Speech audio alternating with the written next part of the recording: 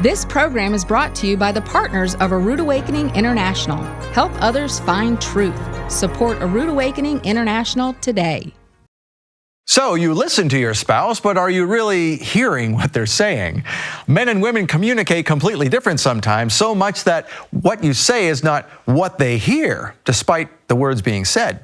It's not just about verbal communication, it's about tone and body language. Fortunately, we have someone here that can help us sort through all of this. David Robinson joins us for episode 3 of From This Day Forward, because it's the end of the 6th day, the sun is set, and this is Shabbat Night Live.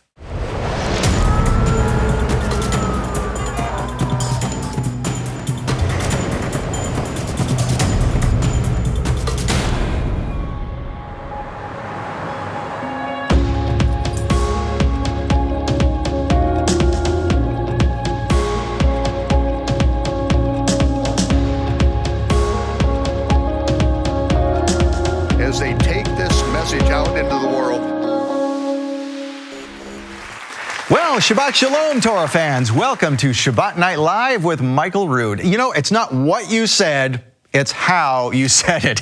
That's what we're going to get into tonight on the 3rd episode of From This Day Forward, our marriage series with former marriage counselor David Robinson. But before we get there, let's see where we are on the astronomically and agriculturally corrected biblical Hebrew calendar. It's the 2nd Shabbat of the 8th biblical month, the month of Mar Heshvan. We still have some of these calendars left. In fact, they go all the way to Passover. So there's still a lot of time left on these. You'll also get all the incredible imagery from the real Mount Sinai area, taken by Andrew Jones, some beautiful photos, some of which have never been seen before, and that's on every single month, so make sure you take advantage of that.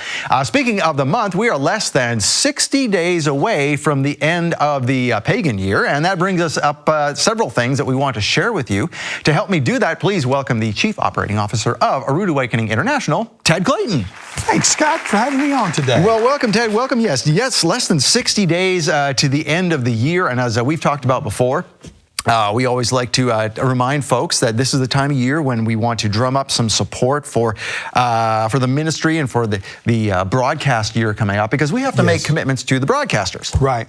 Without your help this time of year, we really need you more this time of year than ever, because this is the time of year that we go to our broadcasters and make our yearly commitments. Yes, yearly commitments. They require us to have our commitments for them. And now is the time. If there ever was a time that we need you here to Rood Awakening International, and more than that, Michael needs you, then now is the time at the end of the year, because this is the time of year that we get our broadcasters taken care of. And we don't know who or what we're going to be broadcasting on. You know, when we started the year, this past year, we didn't have half of the broadcasters that we have now. And now we're on the michaelrood.tv app, which is going to expand, and that's got some good exciting news. Got some real good news about that in the future. And also, we're on Folk TV, we're on Impact Television, on Omega Television in overseas, and looks like we're going to be going on some more overseas networks and doing some other things. So now is the time. We need people now more than ever. It's an exciting time, yeah, and that's where people just need to listen to Yehovah in their heart, and just because He knows where we're going. We don't know where we're going. He does. Like you said, we started off with half the amount of broadcasters we do now. Right. So we just need people to keep supporting what they see here. And remember, that's where all the people come from. You know, they come from these new television stations. People hadn't seen Michael Rood before, haven't heard the message of truth. So now is the time to help us out with that. Indeed. Well, thanks for that, Ted. And there's some fun things that we can do along the way here in the next 60 days. Right. Speaking of which, in just a couple of weeks, we always do a Cyber Monday sale, which we call Mission Monday. Because what we do is we take all of our favorite products and things that people really rave about,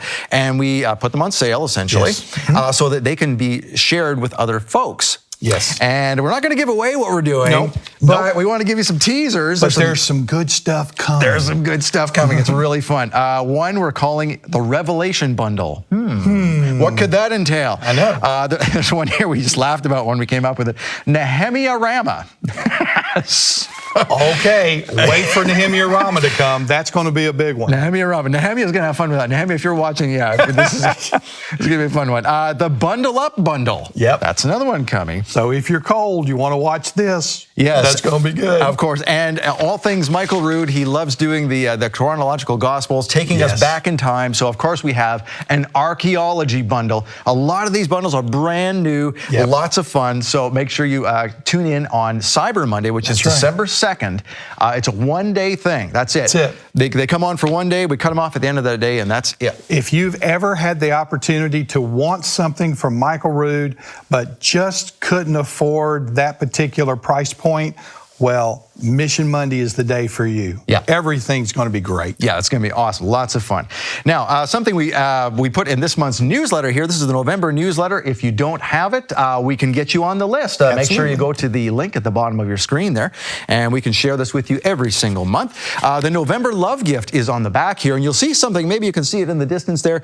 Something long and skinny at the top here. We're going to show you what that is. This month's love gift includes some, this is wall art. Yes. Letter art, I should say, of the name of Yehovah. Now, this was taken by Terry. These photos were taken by Terry, who is our lighting director here at Rood Awakening. And he has made some beautiful artwork like this for many people. And he said, I'd like to do one for the name of God. And you get to have it now with this month's love gift. This is the beautiful thing about this particular piece of art is all of the letters. And by the way, it takes days to research and look and find these particular pieces of real life that could be construed as letters.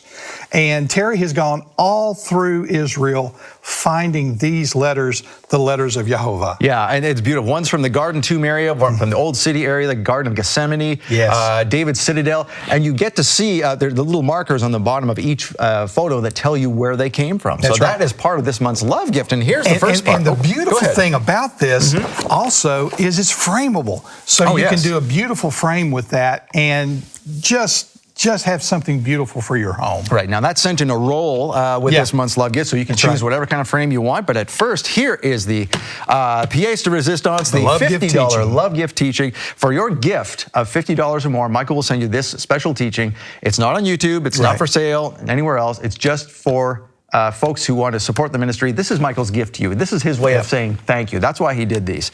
This is called Fight the Good Fight. This is about Paul enduring all that Paul endured in the New Testament. And then Michael uses Paul's example to say, hey, you know what? Life is not going to be easy when you're a believer, but stick through it. Fight the good fight like Paul did, because there's a reward at the end of the day. Absolutely. And that is the $50, yours for a gift of $50 or more. For $100 or more, you'll get this. You'll also get the letter art that we just showed you. And this thing, we were talking about it before the cameras came on. This is a pendant showing the menorah and the shofar and a scroll. And this is a replica of something that was found in the 7th century. Right. It was believed to be like wall art in itself. And they've taken it and made this beautiful pendant out of it. Yes. Now that is for your gift of $100. But for a gift of $300 or more, we're going to give you even more. And this is the one that people are very excited about. This is incredible. This is a hardcover bookcase. You get the case as well as the Psalms of David and the Proverbs of King Solomon. Hardcover books, both English and Hebrew, and some beautiful words to live by at the bottom of each page. Wonderful thing. This is your gift for $300 or more, and we want to thank you for that. And Ted, I want to thank you today for being on Shabbat Night Live. All right. Thank you, buddy. All right. Well, coming up, the third episode of From This Day Forward. David Robinson and I get real about marriage communication and how it all relates to our relationship with Yehovah. But first, we'll be right back with Michael Rood, who is going to help us bring in the Shabbat with the bread and the wine, as Yeshua did during the Last Supper. And then we'll get into the teaching, so stay with us.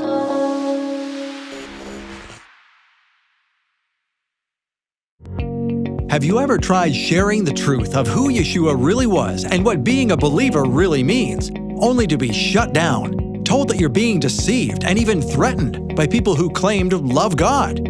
There's someone who knows exactly how you feel: the Apostle Paul. In Fight the Good Fight, Michael Rood helps you solidify your faith to keep pushing the truth like Paul did in the midst of a skeptical world.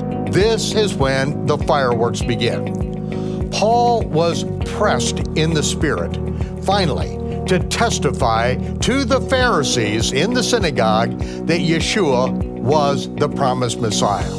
Fight the Good Fight is a new teaching available for November only. You won't see it on YouTube and it's not for sale, but you can get it as a gift from Michael Rood to thank you for your love gift donation of $50. Donate $100 or more and you'll also receive a replica 7th century pendant depicting the temple menorah. Plus, the name of Yehovah spelled in letter art, photographed in locations throughout Jerusalem.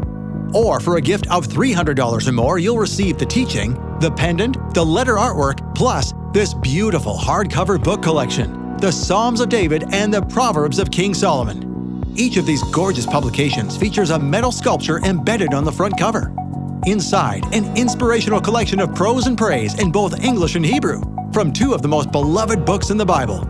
This one-of-a-kind collection of biblical keepsakes is Michael Rood's gift to you, to thank you for supporting A Rood Awakening International.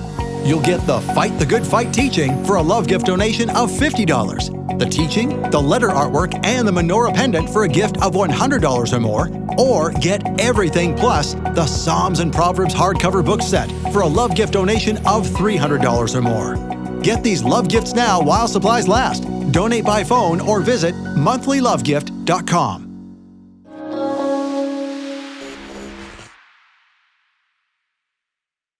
The composite of the gospel records tell us that before the Passover lamb was sacrificed the following morning, that Yeshua had his last supper with his disciples, in which he took bread, arton, leavened bread, and he took wine, and he said, "This represents my body, which will be broken for you.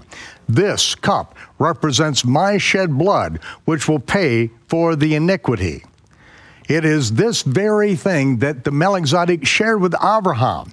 As Yeshua said, Abraham saw my day and rejoiced. And when the Melchizedek brought forth bread and wine, he shared with them about the coming of the Messiah, about his broken body, about his shed blood. And Abraham gave a tenth of everything that he owned and laid it at the feet of the Melchizedek. He saw Yeshua's day and he rejoiced. And so now, every time we do this, every Sabbath, every meal in which there's bread and wine, in which we take this and we bless the Most High. Baruch atah Yehovah Eloheinu melech ha'olam, hamotzi lechem min haaretz. Blessed are you, Yehovah, our Elohim, King of the universe, who brings forth bread from the earth. Yeshua said, "This is my body, which is broken for you."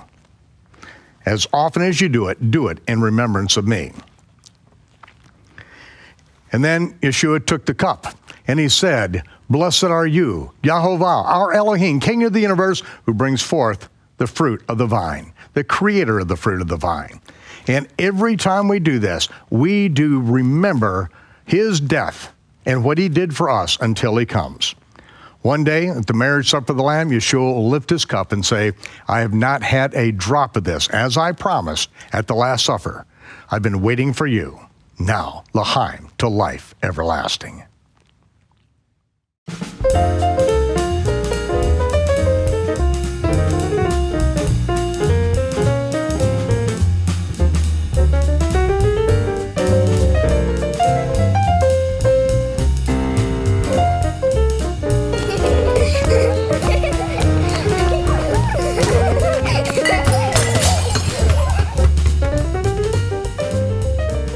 Men, how do you properly communicate with your wives? Women, how do you properly communicate with your husbands? How can you both be willing to change and have respect for one another? It's all about the language you use. It's all about the body language, your language coming out of your mouth, your tone. All of these things are important for your relationship. And how do we know that? Well, we've got our relationship expert here today on Shabbat Night Live. It's David Robinson. David, welcome. Good to be here, Scott. Just for those who are tuning in for the first time, you are a certified marriage counselor. This was a large part of what you did in your life before you came to Shabbat Night Live and to A Rood Awakening. Right. And in your experience, how important is communication? Well, we talked about that in the last couple of episodes. It's different for men and women. I truly believe it's the foundation. When you are a couple, when you're a married couple, you need to know how to communicate. You have two different lives with different influences coming together, and you need to learn, you need to have tools to help you to communicate. And communication, as I think we hit on a little bit, it goes far beyond what comes out of your mouth. the body language that you use can show so much when you're communicating.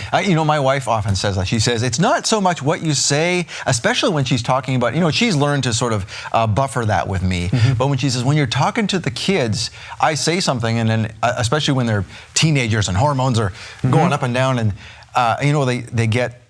they get discouraged or whatever. And I look at my wife and go, what did I say? She says, it's not what you said, it's how you said it. It's your tone. It's your tone. It absolutely is your tone. My wife used to say to me, she goes, I can tell this doesn't matter. And I'm like, why? And she goes, your eyebrows, or the way you're rolling your eyes. And I go, I rolled my eyes? And she goes, yeah, you just kind of rolled your eyes. So you're telling me by your body language that you don't want to listen to me, that the way I feel is not important to you. And that's like I said, that's communication. It's not good communication. And a big sigh or something like that. A big sigh, right? yeah, absolutely. Or just looking away and not looking at your spouse, giving them your undivided attention. That's the key in communication, is undivided attention. That's putting the cell phones away when your wife needs to talk to you, or she needs to share a feeling. You need to learn to give them that moment. You need to understand that. I know for us, it puts us in we go into a mode, if you will, because, you're not generally sharing feelings or whatever, but when something happens and, hey, do you have a minute I can share a feeling? Automatically, okay, am I in the place to give her my undivided attention? If I'm not in a good place, emotionally or physically, or doing something, or what, can we talk about it later? Will it be okay to talk about it? I'm just not in a good place. And we have to be okay. The other person has to be okay with, okay, I know what this means. It means we're going to blow up at each other if we discuss this now. Yeah. We have to be able to put it on the shelf and come back later. Yeah, there's a good chance there's going to be a misfire. You know what I mean? You're not going to be able to show the respect towards each other that you both need. So even though you may be the one with the feeling, you got to understand she's in a place, or he's in a place that requires your understanding that, okay, he's not in that place yet. So I need to put that on the shelf and then go about life. And then your job, if you've been asked, you think about, pray about it, whatever you got to do to get in that place that you're ready to listen to her or him share that feeling. And you just hit something on the head that we focused on a couple of episodes ago, and that was pray about it. Because as we were talking about last couple of days, and I've been thinking about this, last couple of weeks I should say, that as you're relating to your wife, or women as you're relating to your husband, we have to remember that we're not just flesh and blood. And in fact, the Bible talks about that. When we wrestle not against flesh and blood, and often we think about that when we're talking about enemies. But I'm thinking about it now, and it's coming into your relationship as with your spouse as well, because we have to remember that the Ruach, the Holy Spirit, speaks through the woman, and the man is ordained by God to do certain things in the house. So when we're relating to each other, we have to have the respect to our spouse as we would talking to God. Yeah, exactly. I gave you that analogy where God showed me that He wanted me to crawl up on the cross and to die to myself.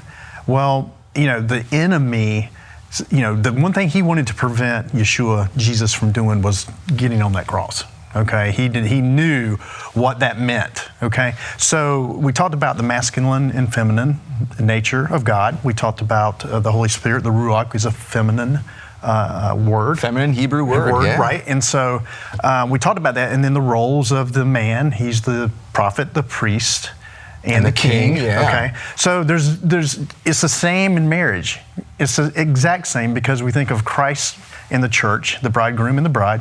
The same, what resembles that on earth is the marriage. Okay. So the enemy desires the same thing, to destroy that, to be deceptive and destroy that. So he does use his minions or demons, or there's this enemy that does not want us to do things right in a marriage. He wants us to sin. He wants there to be divorce. He wants there to be turmoil. So we have to understand that, and that's why we have to pray. We have to pray together. We have to understand that it's real. This is real. And I've talked to couples before, and they go, yeah, it's just hard for me to pray. And I go, well, let me ask you, how's it been going? You profess to be a believer. How's your way been going? Not working. Well, don't you think it's time to try God's way?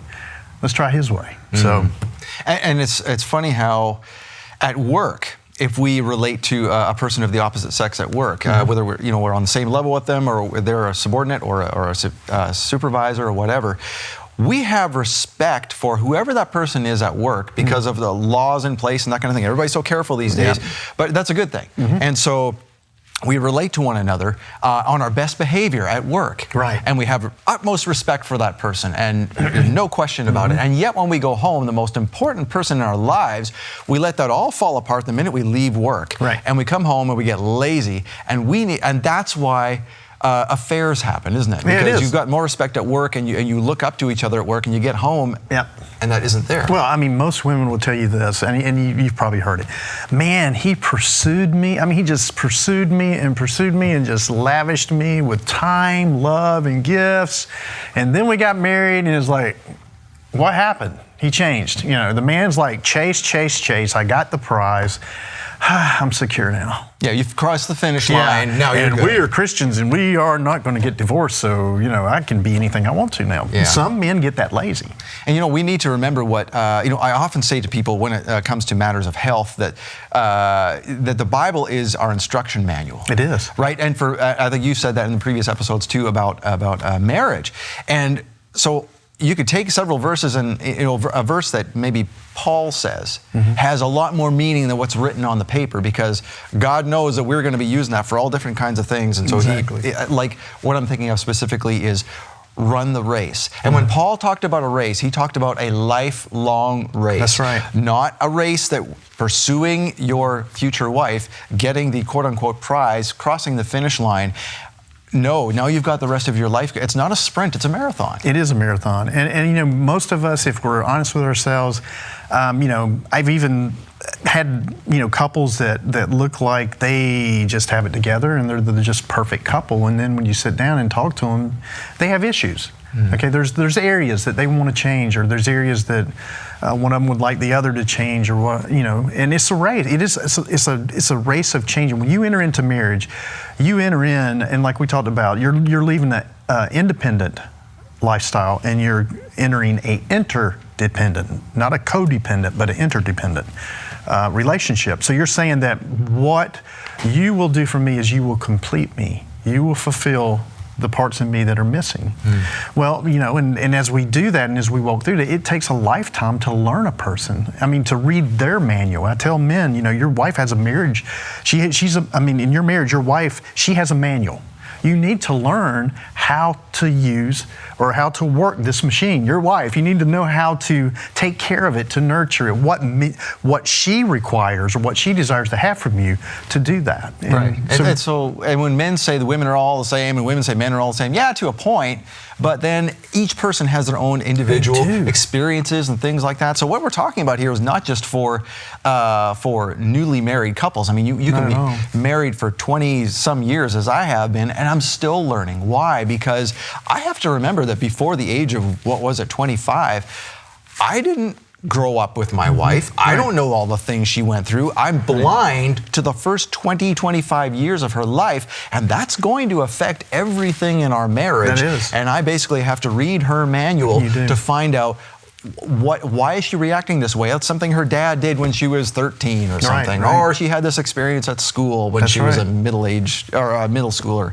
Yeah, and it's really important, I believe, that when you have these tools and when you have the awareness, that's the first thing, is just being aware as a couple and go, look, I know there's things about me that bother you or you wish I would do differently, and I need to start caring about those things, and vice versa.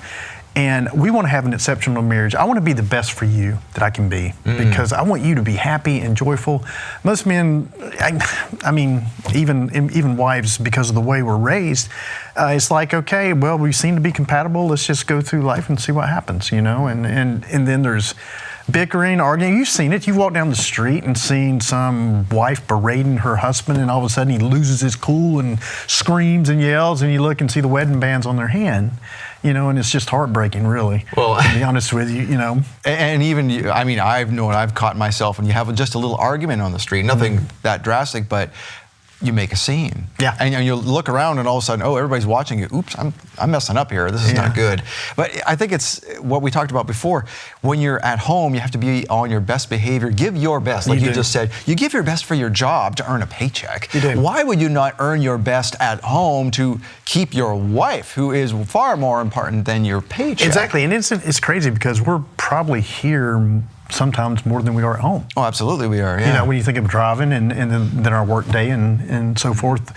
So you're around the people here at work than you are there, and you're better with the people at work than you are at home. And it all starts with communication, right? It does. So today we're going to talk about three things. We're going to talk about love languages, apologetic languages, which you taught to me, that was new. And then if you get lazy with those things, love busters. Yes. Now, the foundation of this is, not that we're endorsing this book, but you and I both think this is a great book. Absolutely.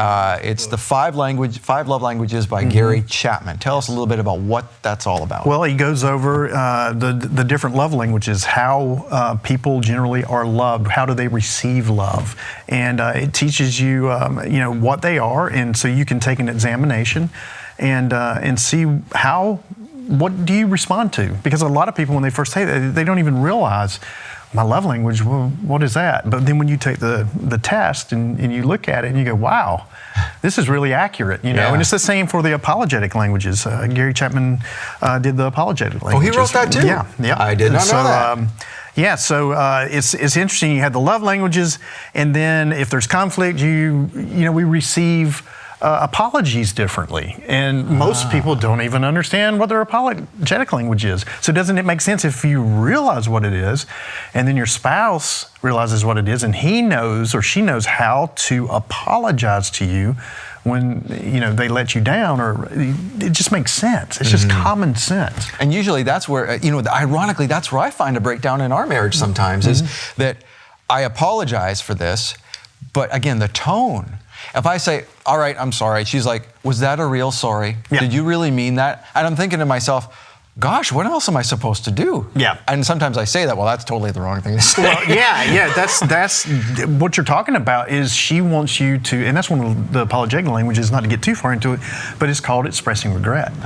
So in other words, it's your tone. So you can be telling me something that I did, and if I go, I'm sorry, does that really make you feel like I'm regretful for doing that? No, it doesn't. But if I go, oh my gosh, I'm so sorry, what does that express? It expresses regret. And that's what your wife is saying. Yeah. She wants to see that you actually feel regretful that you did that. That it really emotionally affects you that you did that to her. And that's appreciating the gravity of what you did. Exactly. Absolutely. And then going to reverse it. Wow. Yeah, instead of just, I'm sorry, I won't do it again, I'll try not to. What does that mean? I mean, it's like, I don't care. Yeah, let's just get through this. Oh, sorry about that. Yeah, exactly. I heard this comedian talking, he was talking about his wife. He said when he got married, he put his golf bag on, he's walking out of the house, and she goes, where are you going? He goes, where do you think I'm going?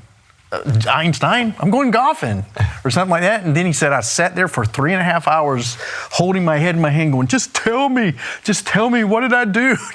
Because she was sharing feelings, And so, and that's where most of us start out in this, is we don't understand how our wives think and what they need from us and vice versa. It's funny how we put such value into a personality test, which a lot of employers do to figure out who they're getting into their office. How is this person going to relate with our company culture and all that type of thing? Briggs-Myers, all that type of stuff. And then you're given a type. Oh, you're this type of person. And then you read through it. And as you said about the love languages, it's amazingly accurate. It is. So let's start going through these. So what are some of the love languages? Well, the number one is quality time. Okay. Quality time is, in other words, if you're, for our sake, just to speak, is if our wives' love language is quality time, then there's no phones, no TV, no distractions. They want our full, undivided attention. So you give them eye contact and listen and spend time. That's quality time. And what's amazing, because that was my wife's number one, was quality time. And I always thought that it meant, oh my gosh, quality time, this means I got to spend the whole day doing that. and sitting on the couch and listening and asking questions or whatever. But what I realized to her is like 15, 20 minutes a day. Give me that 15, 20 minutes a day, and that I'm good. So, every woman's different, or, every man's different if that's their love language. But it's giving them full attention. It's not just, and actually, I have talked to some spouses or married couples where one of them's quality time is just being in the same house. That you're doing your thing in the house and I'm doing my thing in the house, but we're together. That's what my wife, she doesn't require that, I sit on the couch and talk with hours, or even like your wife says, 15 to 20 minutes. That's interesting. My wife's version of quality time is, let's sit and watch a movie together. We may not even be looking at each other. Now, that's different than my definition of quality time, but her definition is watching a movie is fine, and if I happen to go and text in the middle or work on something, you should be okay with that, speaking from her perspective. And I just have to get used to that because that's not my definition. So each one of these love languages, the man and the woman can have different definitions of what that is. So how do they, let's just stay on quality time for a minute. So how do you get past that where, okay, your thing is quality time, but that's different than my definition. What do I do about that? Well, it's if both of yours is quality time, you've got to come to some compromise or work that out together. And generally that would be giving you exactly what you need, and she's giving you exactly what you're giving her exactly what she needs. But like with Diana, I think I'm like your wife. My quality times is we're in there, we're watching TV. If I have to get on the phone for a minute or whatever, hers is I don't want to see that phone. I don't want you to be watching a movie with me. I'm like that, so I'm like Diana. Yeah. This is us. I mean, let's not get the phone or sneak out and take a phone call or whatever and have to hit pause on the movie. That's not quality time. That's kind of like a love buster. That's annoying habits. So if that's your habit, you need to stop that. See, now that's interesting. So let's take that back then. So if your definition of quality time is that watching a movie, it's okay if I text once in a while, you don't necessarily want to change that. So how do you relate to your wife and say this doesn't have to be a love buster? How does she get around that and get used to you doing that and be okay with that? So you're saying she wants to watch TV and get on the phone. No, I'm saying yeah, my wife or you have the same idea about that. So let's take it back to me then. So like, how can I be, what do I have to do? I guess I have to get used to the fact that's what she likes with quality time. I need to just leave it alone and get used to it? Yeah, I think if her love language is quality time and you're making the effort to fulfill that need, then you fulfill the need as she needs it. You know what I mean? Her definition, as she like needs I remember, it. Yeah, as she needs it. It's not your logic that matters. Right. It's her emotions. And that's when you do the love language test, which we'll put the URL on the screen because I think it's important to see this. Right, absolutely. I think it's great really for helpful for people to do that. It. Again, it has nothing to do with Rood Awakening International, but we think it's just a really neat tool to use. It is, it really is. So that's when we talk about quality time. That's your number one because you can have 2 or 3 or 4, but if that's her number one, that's the one you really need to pay attention to. You really need to concentrate on that one. That's the one that means the most to her. And you're going to have to work at it. And you know what? You should have to work at it. Yeah, I mean, if you want to have an exceptional marriage, we've already substantiated that. To have that, it's going to take work.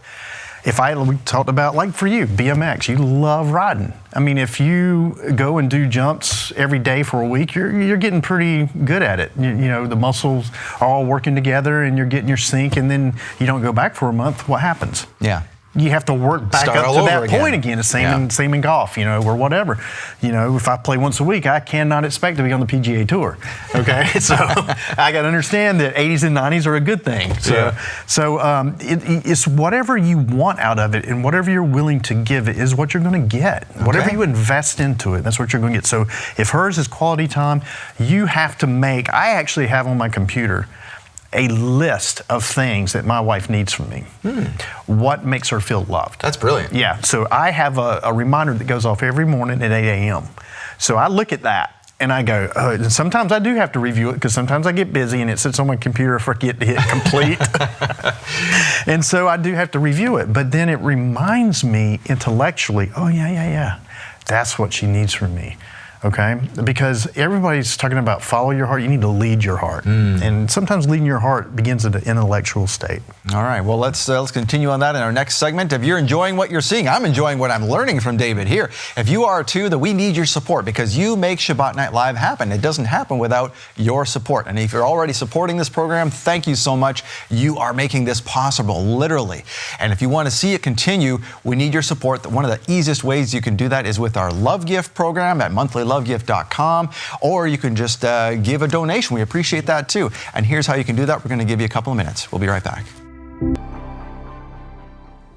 Hey, thank you for supporting Shabbat Night Live. I hope you're getting something out of this marriage series that we're doing. I certainly am. I'm going to have to take some of this home myself. My wife, of course, is doing it a lot better than I am. And so, David, thank you for being with us and for teaching us this stuff. You know, before we took the break there, we were talking about how we remind ourselves, and I suspect this is probably more important for guys to do this. Women have way better memories than we do most of the time. Oh, yeah. And you said you set a reminder on your computer to just think of your wife and do things for her. Yeah, I just have a reminder, because the things that she feels loved if I do these things. And there's like 8 different things. And so I put those on my computer. There's a reminder that pops up every morning at 8 a.m. And there's days, like I said, because I'm a man, I get busy, but you know, I know them pretty well, so then I just go to them and review them, and it just gives me a reminder. I mean, just to go, hey, don't ever forget this. This is something that you have to invest into. You have to stay on top of it, you know, and because think about it, marriage is about relationship. That is more intimate, has more of a feminine aspect to me, you know, so women are much better at relationship, I believe, you know, overall. Yeah. And so, you know, for me, you know, just like you, we're busy, you know, professionally, and it's sometimes hard to remember those really important things. And so those reminders are really good. You know, and that's even beyond the love gift, or the love languages. That's taking a love language, taking that next step, saying, it is. You know, asking the wife or the husband, what makes you feel loved, and actually taking notes of that. Yeah. I need to do that. I haven't done that yet. Yeah, I mean, and she did it for me. She actually did it for me. Oh, so it's like, it makes it even easier, because you're going to hit the mark.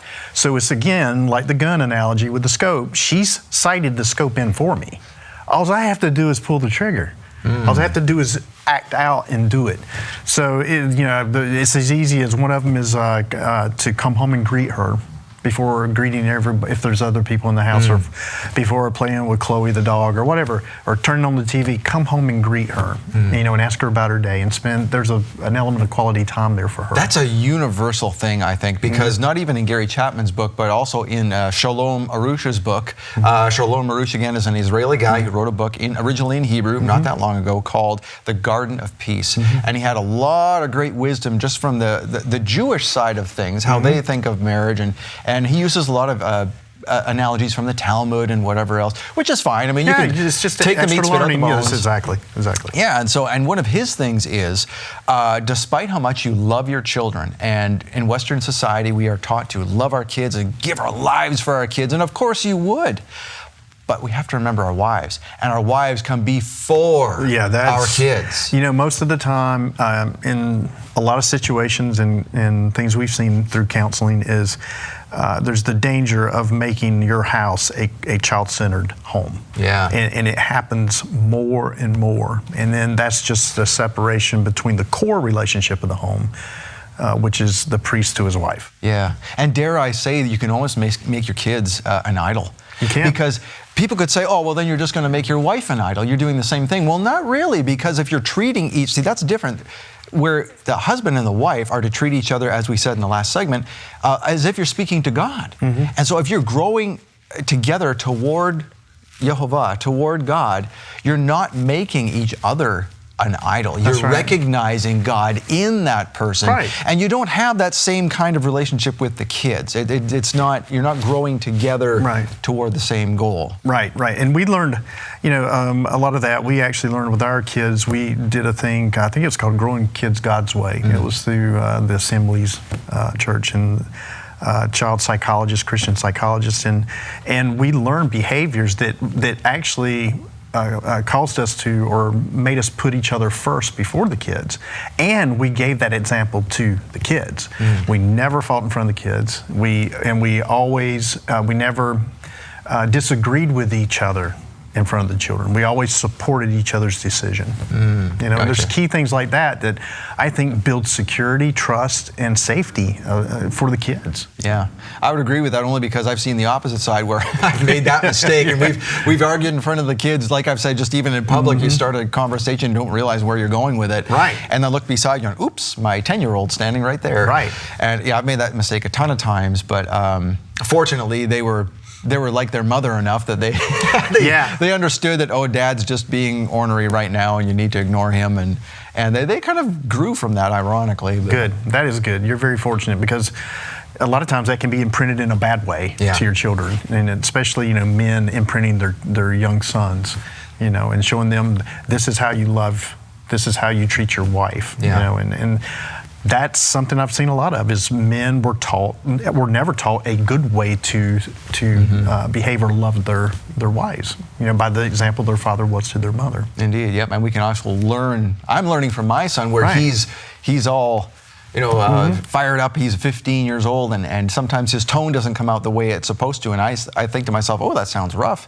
And Jody turns to me and says, "That's you. That's how you sound." That's right. And so, wow, now I can see it, because I was blind to it before. I don't realize what I'm doing. Yeah, exactly. And so it's a great learning opportunity to have kids, so you can see what you've portrayed to them and see yourself in them, and now you can correct it. And then you have that Holy Spirit, that Ruach, to lead and to guide.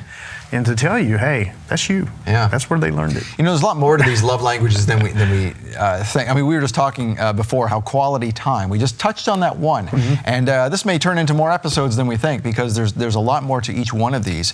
I wanted to bring up the one that's close to my heart, only because it was my wife's number one. I've kind of found surprising.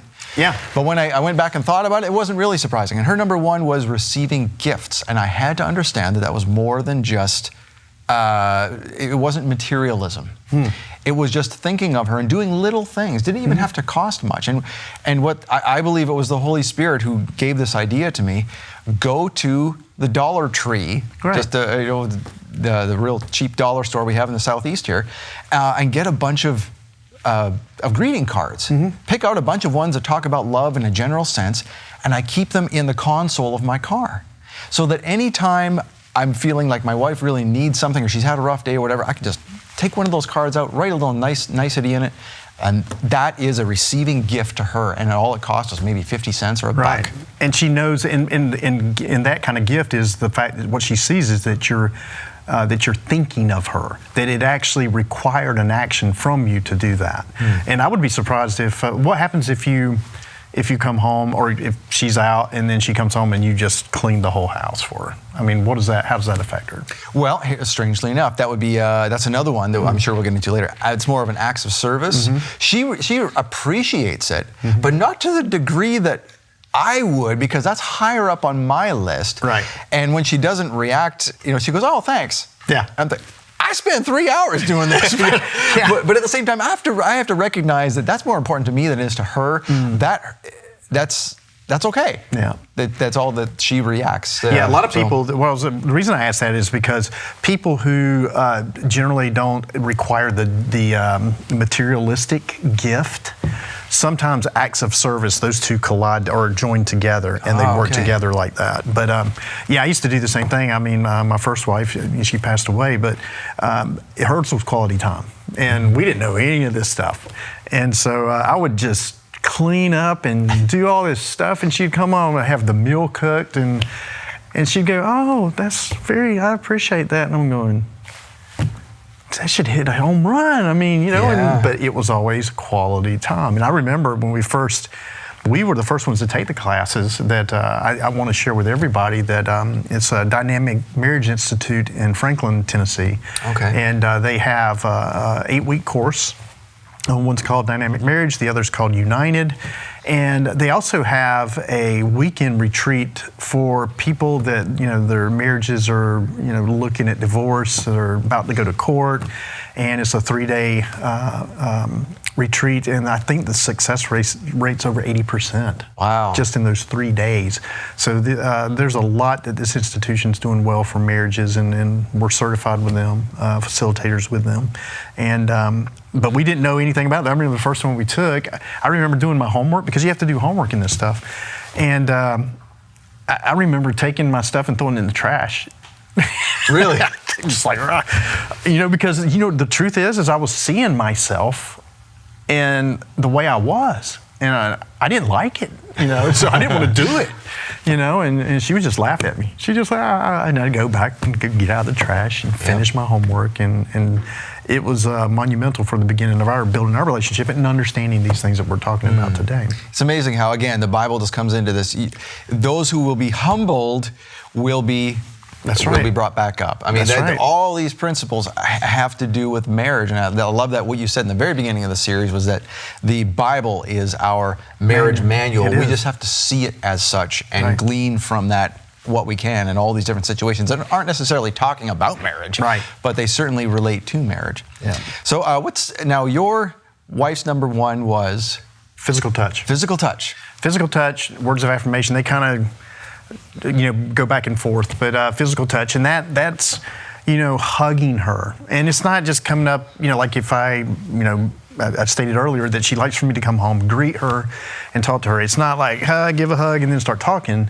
It's hold her, actually hold her, and because one of the things she used to tell me, she goes, you just hug me really quick and that's it. And I go, okay, you want me to hug you.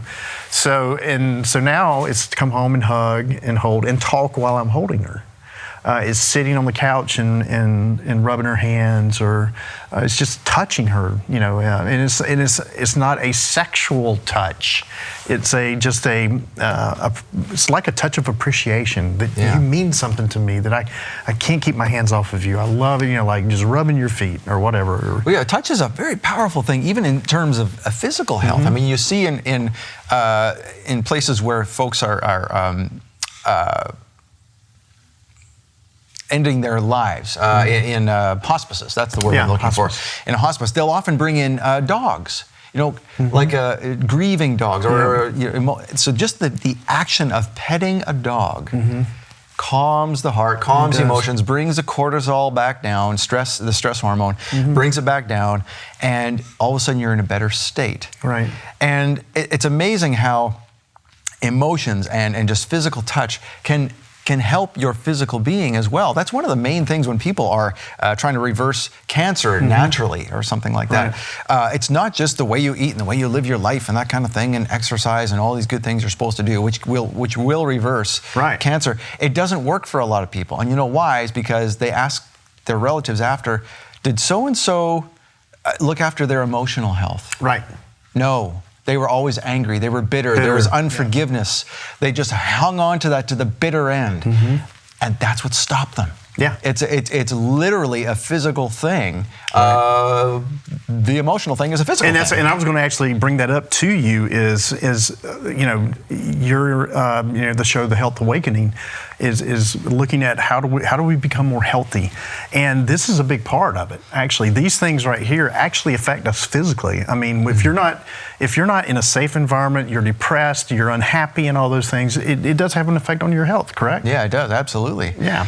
Now, as far as men and women go for physical touch, now this is something. So we touched on it. Men, we need to understand that this is not all about what. It's about just putting small deposits into the love bank. I think you've used that analogy, right? Yep. If that's the analogy. Look at everything as a love bank. Your love languages. If you are actually meeting your spouse's love language, you are making deposits into that love bank. You are building security, trust, commitment, respect. You're doing all those things, and we do that first of all by realizing our role as men in our family, and then women. Like we said, they just kind of fall in place when we do that.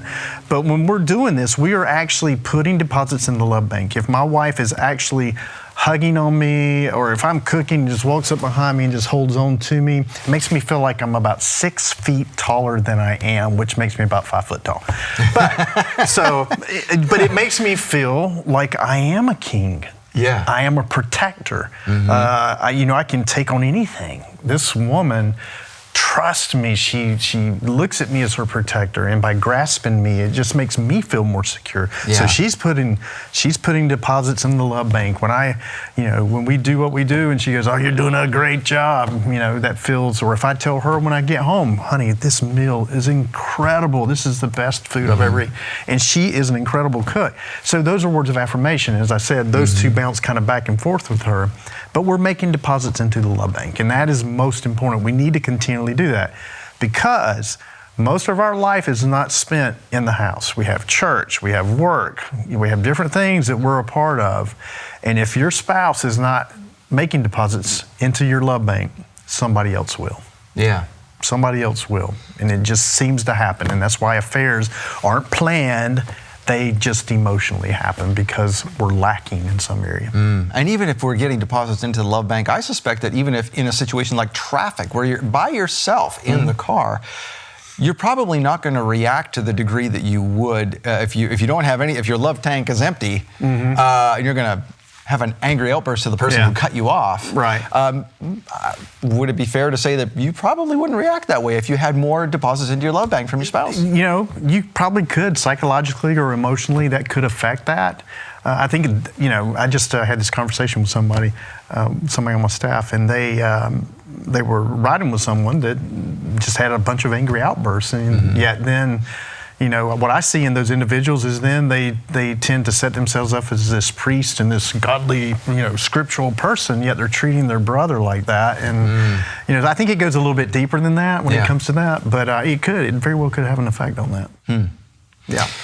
And with all of these love languages, I think we've expressed before that because we're different and we come from different backgrounds and that kind of thing, we have to be willing to get out of our comfort zone, don't we? Absolutely. I think in general, when you enter into marriage and you come to the realization of the things that we've talked about, first of all, I need to be this in my house. As a man, this is who I'm supposed to be.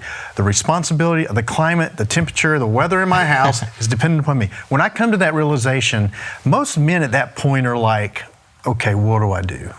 What do I need to do? I'm ready. What do I need to do? Because I want to be that. I want to be that to my family, to my wife. And so then there's a humility that comes with that and going, okay, I have changes I have to make, and I'm okay with that.